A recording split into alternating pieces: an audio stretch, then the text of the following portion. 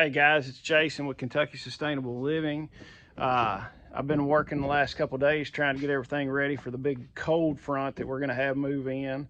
They really don't know how much snow we're going to get in Kentucky and around, so they said it's too early to realize what's or forecast what's going to happen with that, but they can guarantee it's going to be stinking cold, that's for sure.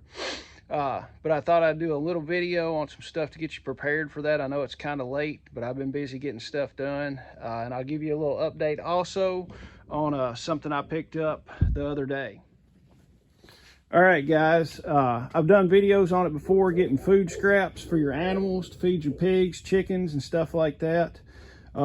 Saturday night, I got a text from one of the guys that I work with at a big hotel. They were going to have they had two big dinners on Saturday night.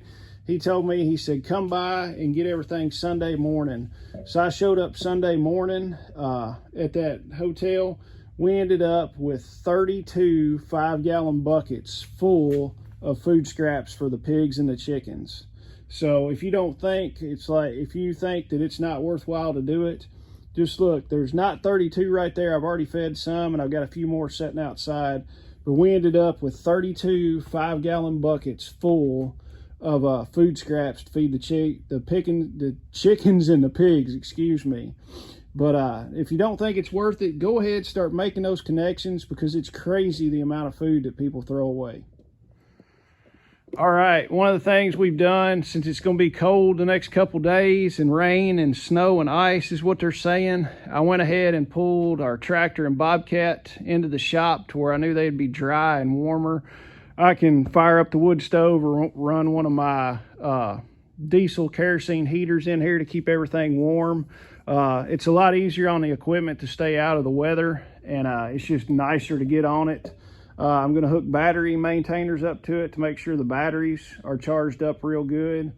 I'm going to go back in here to the office, the ham shack, and do a little bit more stuff on some preparedness stuff that y'all might need to get done.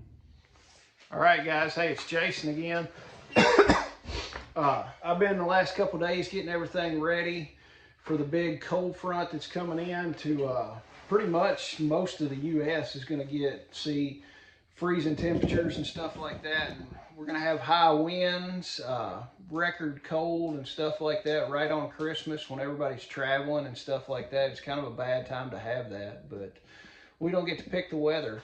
But a few of the things that I can recommend that you do, if you've got a homestead, anything like that, one of the big things that will make your life easier is go ahead, and once you're done with your water hoses, drain those things, get as much water out as you can. I pull mine up the hill and leave one end higher than the other, and it lets the water flow on out, and then they're not frozen solid the next day when you come out to use those things to fill up any of the tanks.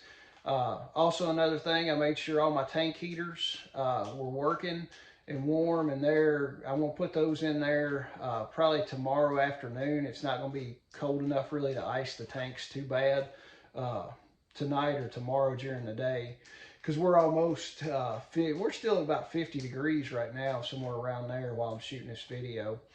But your tank heaters, make sure you've got tank heaters, make sure they're working right. You've got extension cords to plug those up. Another thing, fill up extra water containers for yourself or for your animals. I went ahead and filled up one of our IBC totes that I use to water the pigs that are on the far side of the property. I filled it about halfway up, so there's about 125, 150 gallons in that IBC tote that I went ahead and put it in the shop. The shop will stay above freezing even without heat most of the time, so that way I've got water if I need to take it down to the pigs. I don't have to worry about thawing anything out. It's thawed and ready to go. Another thing, think about, they're talking about we might have widespread power outages just because of the cold temperatures, and also you run the risk of power outages if you got too much snow and ice built up on the power lines. And then also the electric demand is going to be big with the temperatures dropping as low as they forecast to. So make sure you've got a backup heat supply if the power does go out. That could be anything from your wood stove to a little buddy heater to your wood stove, a little buddy heater, a backup propane heater, gas logs. If you got gas logs in your house that run off propane or natural gas, make sure those things are ready to go. Another thing, check your generators. Get your generators out tonight or tomorrow and run those for 15 or 20 minutes. Plug some stuff into them, make sure they're all working, running, and producing power for you. And make sure that's ready to go. Have extra fuel for your equipment and your generators. I've got to go get a little bit of extra fuel. I've got quite a bit stored here, but I'm going to fill up all my extra 5-gallon cans with diesel and gasoline just to make sure that I've got some extra stuff sitting around here in case we need it. What else? One thing we've done, we made sure all the animals have extra bedding in our barn. I went ahead and put down some more straw for the cows and the sheep and the dogs. We closed up one of the barn doors and locked it. I had to put new locks on it today to keep the doors closed. But we've got one of the doors closed to where it's going to keep a lot of that cold, real cold air that's going to come in from blowing in the barn. The animals will stay nice and warm in there. Our chicken coops, we went ahead and put extra bedding in the chicken coops for the chickens. So they'll be nice. The sheep shack is what we call it. It's got our little Juliana pigs. They've got extra straw in there and a heat lamp because we've got some babies that have just been born here a while back, and we got another litter due. So they've got extra bedding, a heat lamp in there. Our bigger pigs that are getting ready to go to butcher, I went ahead and moved their little shack around to make sure the prevailing wind would hit the back of it. Put some more straw in there. Made sure they had plenty of straw to get in there, and a nice windbreak and a roof for them. What is it? What else have we got? Like I said, I've got a short little clip. We pulled our tractor and our Bobcat inside the shop to keep it out of the weather and to keep the equipment a little bit warmer. I'll probably wind up running the wood stove a little bit, or one of my construction heaters, just to keep the shop, at 40 degrees, 40, 45 degrees, to where the equipment stays a little bit warmer than just sitting outside in the extreme cold and in all the weather that we're supposed to get. Check your batteries on stuff like that. I'm gonna go ahead and hook battery maintainers. The batteries are good on the equipment, but I'm gonna go ahead and hook battery maintainers on there just to keep the batteries 100%. There's a lot of other stuff I'm probably forgetting, but you still got time. Tomorrow's still supposed to be nice. I'm going to be out of pocket most of the day, so I went ahead and tried to get everything done today because I know Thursday, at least around in Kentucky, south central Kentucky, it's supposed to start raining and then turn into ice, snow, whatever mix, and the temperatures are really going to drop. But these are just some of the things that I thought about stuff that I was doing here at my place that'll help some people out.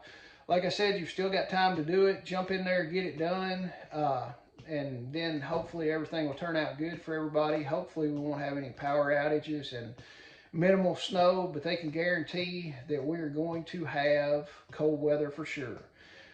Thanks for watching. If you see anything you like and subscribe to it. It'll help me out, and I appreciate you watching. Thanks.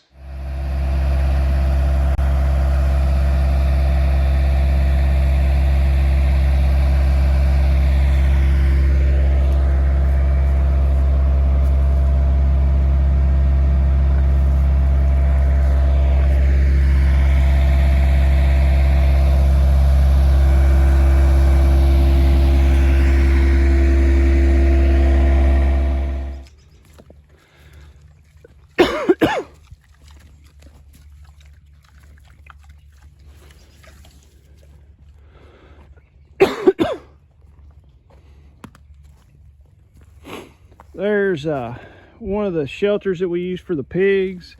It's going to get cold. I threw another bale of straw in there and turned it to where all our wind will be coming from the back and the side of it, where they'll stay out of the wind. But that's going to be perfectly adequate for the pigs in this cold snap we're going to get.